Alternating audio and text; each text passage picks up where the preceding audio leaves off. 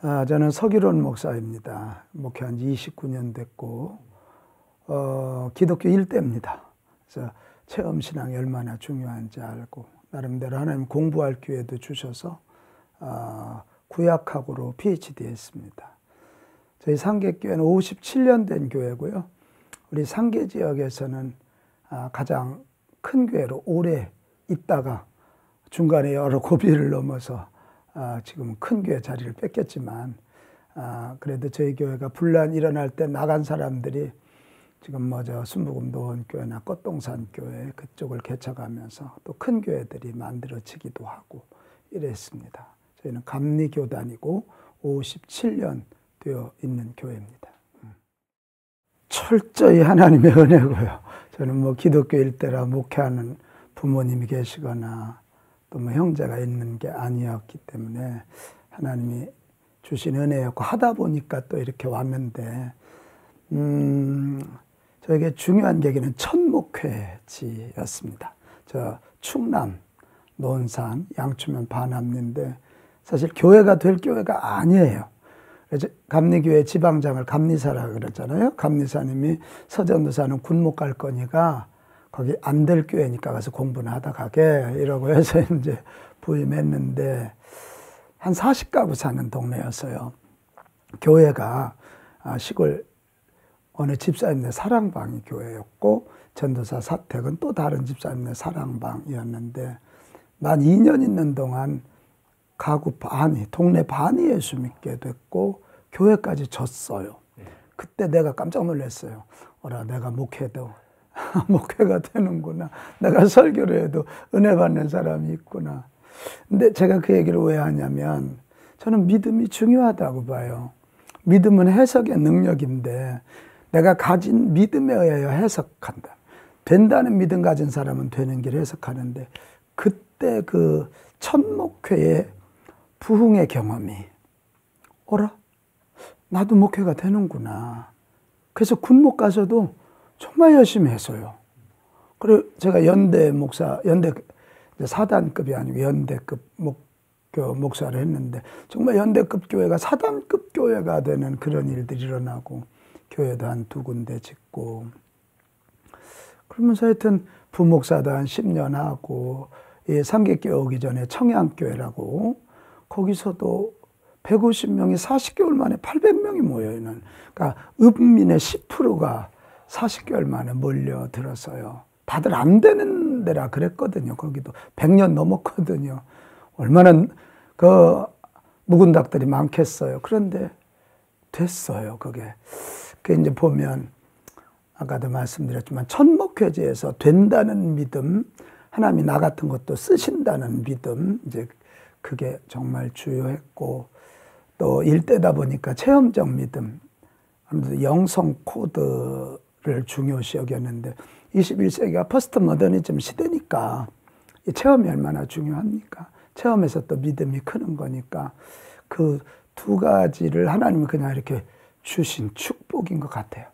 그런 것이 잘 맞아 떨어지지 않았나 싶어요. 리메이크란 말이 아마 좀 교회에서 리메이크란 말이 좀 생소할 것 같은데요.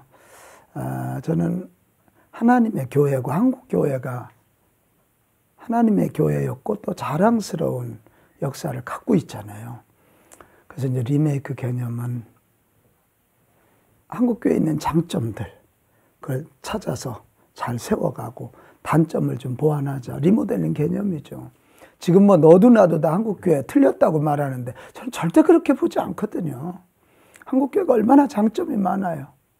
교수님도 세계 돌아다녀 보시지만, 한국교회처럼 헌신적인 목회자, 이 열정 있는 성도들이 어디 있어요.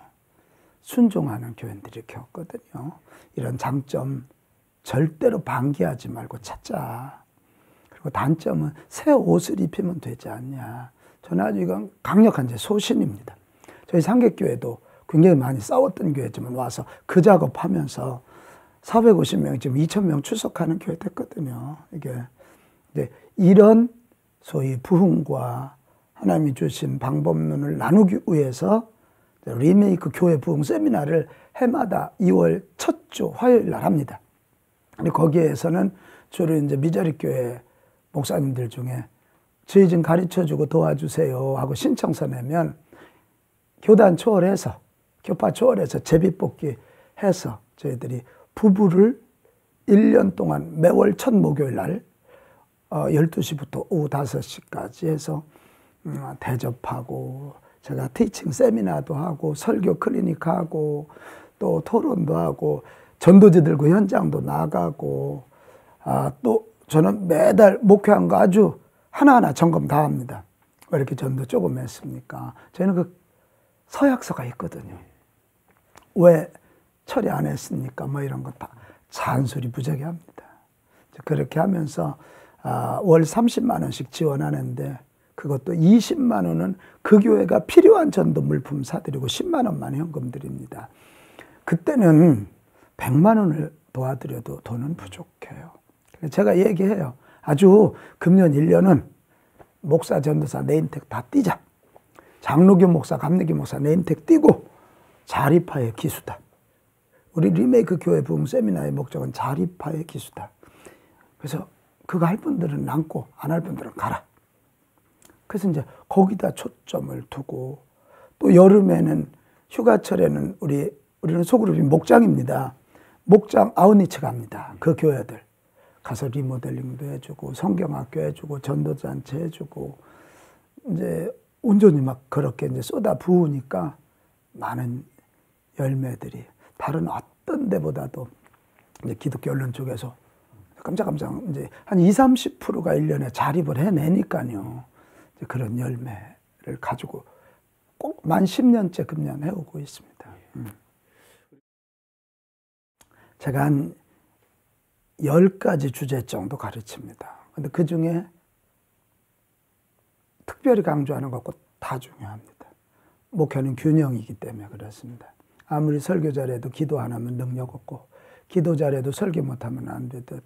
그래서 아주 10가지를 심혈을 기울여서 가르치지만 그 안에 저는 2가지. 목회에 행복함 없이는 안 되잖아요. 행복하면 자기 정체성에서 오는 거거든요. 하나님의 종이고 영혼 살리고 그 주님의 교회 리더라고 하는 그거, 그리고 결국은 영성 싸움이다. 똑같은 설교도 영성이 있느냐 없느냐. 결국 복음이잖아요. 복음에서 영성이 나오는 거니까 그 2가지 가지고 강조점에다가 정말 아주 제가 막 매달 남으라고 야단치고 혼내는 건 현장성입니다. 야성 없이 현장으로 안 나가면, 사자도 동물원 안에 갇혀있는 사자는 사슴과 다를 바가 없습니다. 옆에 있는 사자에게 더 살찐 닭 주나 치사해진단 말이에요. 비교한단 말이에요. 그러나 사자가 현장에 나가면 야성을 발휘하죠. 한국교회가 이제 게더링 처치에서 스캐터링 처치, 흩어지는 교회로 바뀔 때가 왔잖아요. 스데반의 순교, 그거 통해서 예루살렘 교회가 흩어지기 시작했듯이 한국교회는 옛날처럼 그렇게 모여지는 시대는 이제는 끝났다고 보고요. 이제는 회사로 가고, 세상 한복판으로 가고, 세상으로 나가는 스캐터링 처치. 그러려면 야성이 필요하고 현장성이 필요하죠. 목회자부터 가라는 거예요. 당신들 부부부터 전도지 들고 나가라는 거예요. 새벽마다 돌으라는 거예요. 이걸 잘 따라한 교회 중에 한 교회가 참 재밌는 샘플인데요. 강원도 영월에 있는 한 목사님이 자기는 너무 목회 잘하는 줄 알았어요. 이런 세미나 같은 거 다니는 걸 너무 싫어했어요. 근데 교회는 30명도 안 모여요. 근데 사모님에 의하여 끌려왔어요. 사모님이 써내는데 뽑혔어요. 근데 이 장가를 잘 들어야 돼요. 이 사모님이 뭘 전등품을 써냈냐면, 요즘에 일회용 밥에 먹을 수 있는 쌀 있거든요. 그걸 신청한 거예요. 그리고 우리가 매달 20만 원어치씩 사주죠. 근데 그걸 가져갔는데 목사님이 전도할 용기가 안 나는 거예요. 또 사모님이 끌고 나갔어요. 새벽 예배 마치고, 완전 시골 지역인데 새벽 예배 마치고 그걸 딱 들고 예수 믿으라고도 않고 아침마다 안녕히 주무셨어요. 시골이니까 어른들 많잖아요. 그리고 매일마다 쌀 한 봉지씩 주신 거예요. 2분 계시면 2봉지. 그 교회가 한 3, 4개월이 지났는데 47명이 모은 거예요. 그래서 식당을 늘려야 돼요. 그리고 우리 교회 노인행복대학을 배워서 이분이 옛날 탁구선수 출신이라 영어를 읍장하고 만난 거예요. 제가 노인대학 좀 하겠습니다. 탁구교실 하겠습니다. 그래서 노인대학이 120명씩 모이는. 그래서 그 교회가 할머니, 할아버지들만 있는 정말 시골인데도 자립하고 그 시골 교회가 읍 전체에 영향력을 끼치는. 내가 그래 그분 뭐 기독교 TV 쪽에 많이 소개했고 뭐 어느 TV는 거기 가가지고 그 동네를 촬영해서 그 동네 사람들이 처음으로 TV를 다. 그게 좋은 샘플이에요. 안 되지 않아요. 다 나름대로 시츄에이션은 있지만 거기 맞는. 그래서 결국 그분은 이제 그 교회를 잘 세우고 또 다른 이제는 더 큰 중수도시의 교회 또 청빙돼서 가시고 이런 뭐 그런 일이 참 많아요. 부지기수죠. 예. 한국 교회도 한국의 크리스찬 가정들도 신앙의 대물림 실패했거든요. 교수님 말씀대로 청소년 복음화율이 3%면 미전도 종족입니다. 근데 한국 교회는 말만 했지 행동 안 하거든요. 저는 무모해 보이지만 누가 뭐래도 해야 될 일은 한 발자국이라도 뛰자는 주의예요. 저희 한 교회가 한국 전체를 상대로 하기는 뻐겁거든요. 상계동의 경제 여력이나 멤버십 보면 그래도 뭘 해야 된다. 그래 발걸음을 내디뎌야 된다. 근데 사실은 청소년 사역은 관심은 있었지만 제가 2010년도에 이 비형 간염으로 인해서 세브란스에서 사실은 사형 선고 같은 이대로 가면 당신 죽는다는 그 선고를 받고 모 기도원에 가서 이렇게 엎드려 있는데 하나님의 위로하시는 음성과 또 새로 주시는 사명이 있었어요. 그게 바로 청소년 세우라는 명령이었어요. 제 나이에 지금 무슨 청소년을 세웁니까? 이랬더니 이때를 위하여 네 이름을 높였고 네게 부흥 줬으니 해라. 그래서 제가 2010년부터 순종했어요. 진짜 순종이에요, 이건.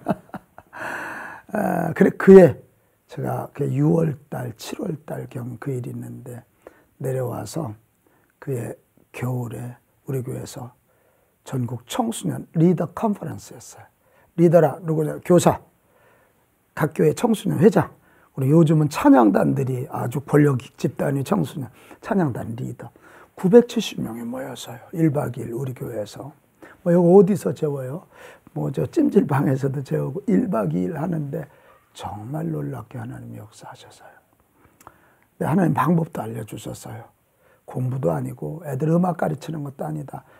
성령의 새 기름이 부어지게 하라. 사도행전이 재현될 것이다. 그래서 제가 그거 선포했어요. 그리고 그 다음 해부터 2011년부터 대학 캠퍼스 빌려서 우리가 3,000명 초청해서 성령 기름 부음 캠프 한 겁니다. 일주일만 월화수목금토 2번에 걸쳐서 그렇게 해서 이 아이들 청소년들이 성령의 기름 부으심을 경험하고 목적은 우리는 캠프는 아니에요. 캠프 하면 돈이 남아야 되는데 우리는 돈이 모자라요. 금년에도 3,500만 원 밀어넣었어요. 싸게 받고 장학금 주고 막 장학금도 줍니다. 거기 온 아이들 에세이 쓰게 해서 12명 뽑습니다. 10년 하면 120명이거든요. 사도행전의 120문도 키워보고 싶습니다.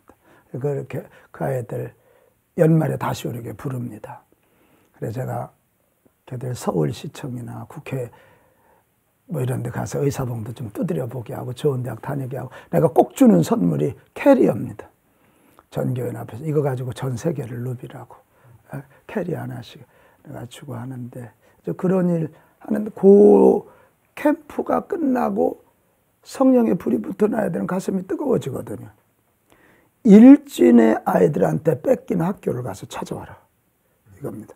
지금 학교마다 청소년들 대략 잡아도 20만 명이랍니다. 학교마다 있는 아이들 전국으로 수치 계산해 보면 일진애가 20만 명이래요.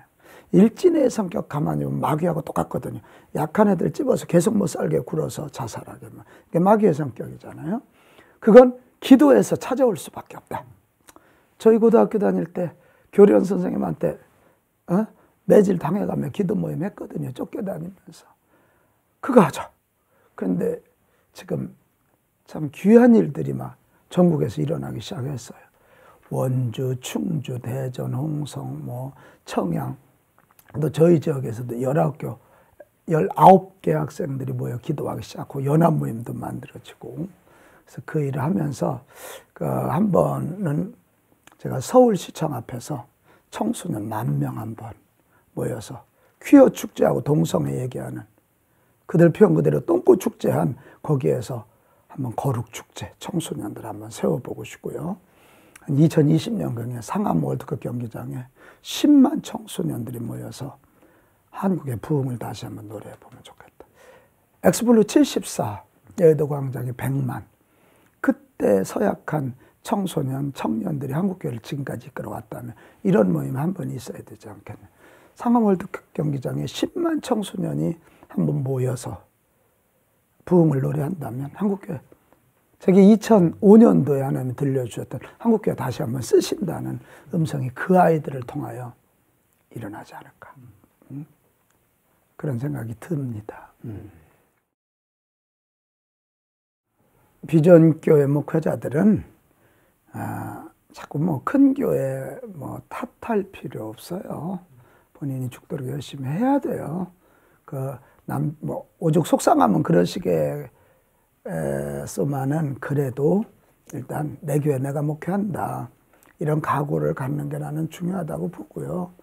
큰 교회들은 큰 교회가 그냥 큰 교회된 거 아니고 또 다 형제니까 좀 체면칠의 용으로 돕지 말고 정말 구체적으로 내 형제의식을 가지고 설 때까지, 자립할 때까지 좀 도와주면 좋겠다. 이런 형제의식이 일단 있어야 되지 않겠나 이런 생각이 들어서 제 나름대로의 이 교회에 와서 꿈은, 하나님, 제가 이 교회에 있는 동안 전국에 10개 형제교회, 브라더 처치, 그리고 해외에 10개 브라더 처치를 만들고 싶습니다. 지금 저희가 2개를 개척했습니다.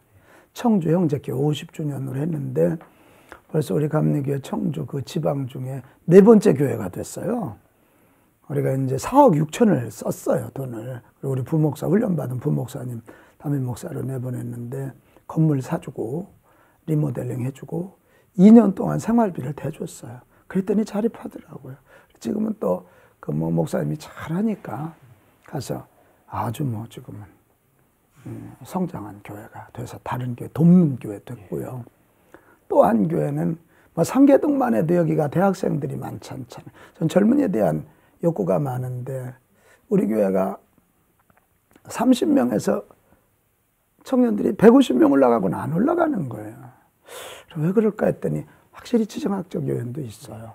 그래서 경희대 쪽 앞에 우리 청년부 목회하던 목사님 어노인팅 처치라 그래서 30명 떼어서 보냈어요. 그게 2번째 우리 형제교회예요. 2번째.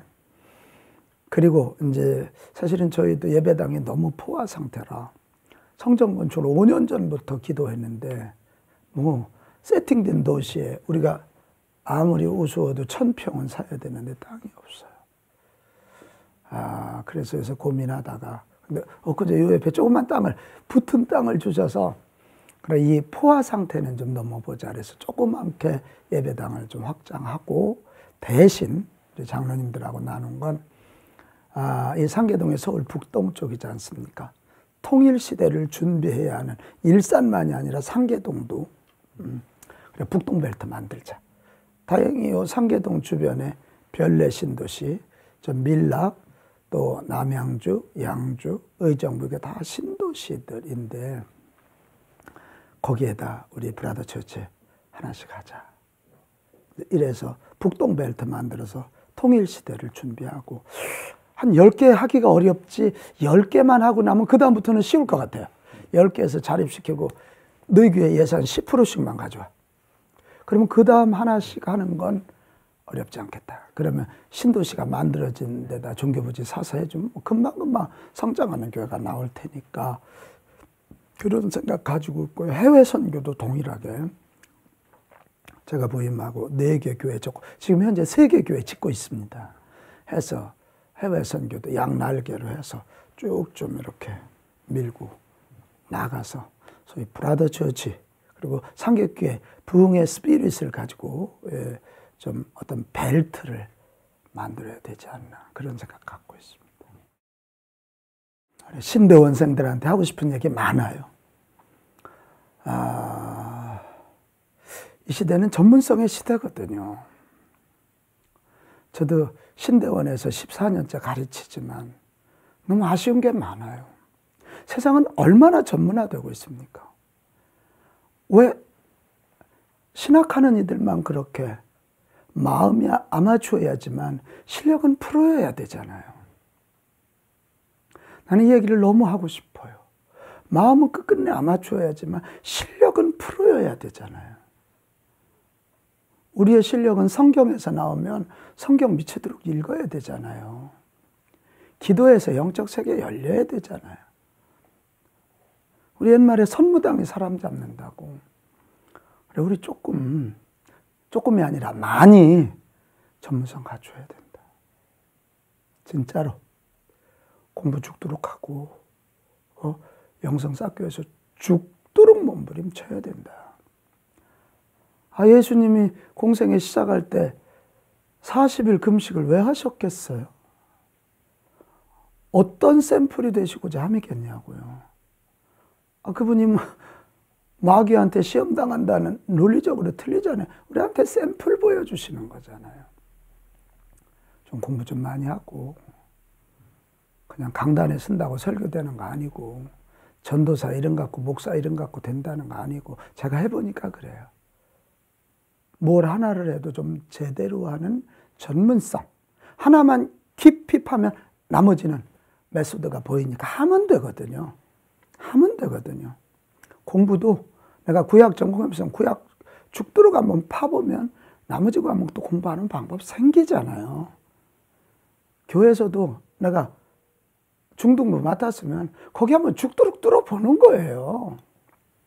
우리 대표적인 케이스가 이찬수 목사님, 나는 그런 면에 좋아요. 한 번도 거의 만나본 적 없지만 사랑의 교회에서 중등부 하나 성공시켰는데 어른들 되잖아요.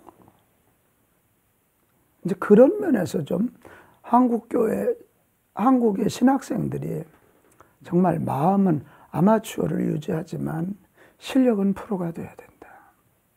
너무 얘기하고 싶어요. 정말 선무당 되지 말고 죽도록 해야 된다. 죽도록. 그 얘기 너무 하고 싶고요. 그리고 두 번째는 너무 절망하지 말아요. 우리 학교 다닐 때도 목회 나갈 데 없다 그랬거든요. 근데 또 다 하거든요. 어느 시대, 좋은 시대가 어디 있어요? 저는 그 얘기 많이 해요. 지금이 어렵냐? 사도행전 가봐라. 그 당시는 예수 전하면 무조건 죽음이야. 뺨이라도 한번 호되게 맞아본 사람 손들어보라 그래요. 복음 전하다. 이 시대는 아니잖아요. 근데 목회자들이 너무 죽는 소리 해요. 신학생들, 이놈들 준비는 안 하고 너무 죽는 소리예요. 그러지 말아요. 준비된 자 하나님이 쓰시고 우리가 뭐 믿음밖에 더 있어요? 우리의 배짱이 믿음서는 하나님 부르셨다면 하나님 쓰신다. 잘 준비하고. 그러니까 신대원생 때 교회 가서 배울 때도 좀 자기 은사하고 맞는 데 가서 좀 배우라고. 돈 많이 주는데 찾아다니지 말고. 물론 학비 때문에 딱한 마음은 있지만 그래도 저는 부목사 10년 한 게 굉장히 축복이에요. 2교회에서 했거든요. 한 교회에서 부목사하고 외국 유학 잠깐 갔다 와서 또 제 모교회 가서 그게 굉장히 지금 지나고 나면 축복이에요. 그러니까 너무 절망하지 말고 좀 생각하면서 교회도 좀 선택해서 배우기도 하고 공부도 좀 하고 꿈을 갖고 좀 하면 좋겠다. 그리고 마지막 하나 더 우리 신대원생들한테 꼭 하고 싶은 얘기는 뭐래도 해라. 뭐래도 해라. 난 한국교회 모든 목회자들한테 하고 싶은 얘기예요. 한국교회 다 이러니 저러니. 세상에서 가장 하기 쉬운 게 비판 아닙니까? 가장 하기 쉬운 게 비판이에요. 교회에서도 가장 저질이 비판하는 놈이야. 뭔가 내 교회를 바로 세우기 위해서 한 발짝으로 뛰는 사람이 좋은 교인이고, 한국교회 살리기 위해서 뭔가 한 발짝 뛰는 사람이 좋은 목회자지. 뭔가 내가 이 신음한 한국교회 살려보겠다고 뭔가 한 발짝 뛰는 신대원생이 좋은 신대원생이지. 자꾸 뭐 선배 목사들 너무 욕하지 말고. 자꾸 니들이 욕하면 목사님 오래 살아. 그럼 니들 갈 데 더 없어. 에? 그 얘기 해주고 싶어요. 그런 한 서너 가지 얘기로 정리하고 싶고요. 그리고 좀 작은 교회를 돕고 싶어하는 목사님들에게 꼭 좀 드리고 싶은 말씀은 성경 말씀대로 나눠야 부흥이 돼요. 너무 우리 교회 하지 말고 주라. 그리하면 후히 되어 넘치도록 하여 주리라. 누가복음 6장 38절. 이제 우리 교회도 제가 목회해보면 추수감사 헌금 자체도 그냥 추수감사 헌금 하는 것보다 우리가 북한 어린이들 결핵약 보내자 그러면 넘쳐요. 그러니까 나눠줘야 돼요. 그래서 저희는 부활절 헌금은 북한호에서 꼭 쓰고, 추수감사는 우리 지역을 섬기는데 좀 쓰고, 그래야 교인들이 헌금도 더 해요. 믿음도 크고. 우리 교회 사실 미자립, 꾀자립 운동, 청소년사 이게 전국적인 행사잖아요. 한 교회가 두 개 하기는 뻐겁습니다. 요즘 청소년 바퍼 사역까지 하지 뭐 이러니까 엄청 뻐거워요. 그래도 해내요. 왜요? 주는 거. 주는 거에 대해서 교인들이 흥분하고 행복해 하니까 그래요. 그래서 좀 너무 준다는 개념 갖지 말고 사랑으로 나누면 우리 교회도 축복이 임한다. 그런 생각 가지고 좀 해주시면 참 좋을 것 같고요. 형제의식 가져야죠. 형제의식 가져야. 너무 교파 좀 따지지 말고, 교단 좀 따지지 말고. 에? 아니 그 무슨 깔뱅이 형님이 우리를 구원하는 것도 아니고 웨슬리 형님이 구원하는 거 아닌데, 요즘 한국교회 보면 나는 그게 너무 마음이 아파요. 분명히 교회가 성령의 역사로 시작됐는데 성령자만 나오면 자꾸 이단 시비 건단 말이에요. 깔뱅이 형님이 우리 구원하는 거 아니잖아요. 웨슬리가 우리 구원하는 거 아니잖아요. 지금은 성령의 역사가 아니고는 어떻게 한국교회가 일어날 수 있겠어요. 근데 어떻게 성령의 일하심 얘기만 꺼내면 그렇게 이단 시비를 걸어서 살아나는 젊은이들을 죽이냐고요. 물론 이단들 많이 있지만 조심해야 되지만, 나는 그거 절대 반대예요. 성령의 역사가 사도행전으로 끝났다고. 아니 그러면 사도행전의 하나님하고 이 시대 하나님이 다르단 말이에요. 그런 초등학생이 논리로 따져도 그 논리가 안 맞잖아요. 나는 그런 거에 대해서 마음에 분노가 일어나요. 저도 성서신학으로 PhD 했지만 아니잖아요. 내가 사선을 넘고 보니까, 비형간염으로 사선을 한번 넘고 보니까 정말 건방진 얘기다. 그런 생각이 참 많이 들어요. 물론 이 얘기를 듣고 저하고 뭐 논쟁하자고 할 사람이 있으면 논쟁하자면 하겠어요. 아니잖아요. 지금 하나님의 역사가 아니고는 한국교회 살릴 수 없고, 한국교회가 살아나지 않은 한 이렇게 지금 사분오열된 이민족이 어떻게, 한국이라는 나라는 이거 뭐 순식간에 날아갈 수 있는 나라잖아요. 저 무서운 중국, 일본, 저 핵을 가진 북한, 우리 한국 사람만 안 무서워한대잖아요. 세계는 다 무서워하는데 하나님의 지키심과 돌보심 아니고야 이 민족이 지켜지지 않는데 어쩌면 그렇게 교회 지도자들이 그러냐 이 말이요. 형제의식 가지고 철저히 하나님 앞에 겸비하게 엎드려서 성령님의 새로운 역사를 우리가 기대하고, 성경 붙잡고 성령님의 새 역사 기대하고 형제의식 가지고 뭐래도 좀 하자. 저는 그 말씀 꼭 드리고 싶어요.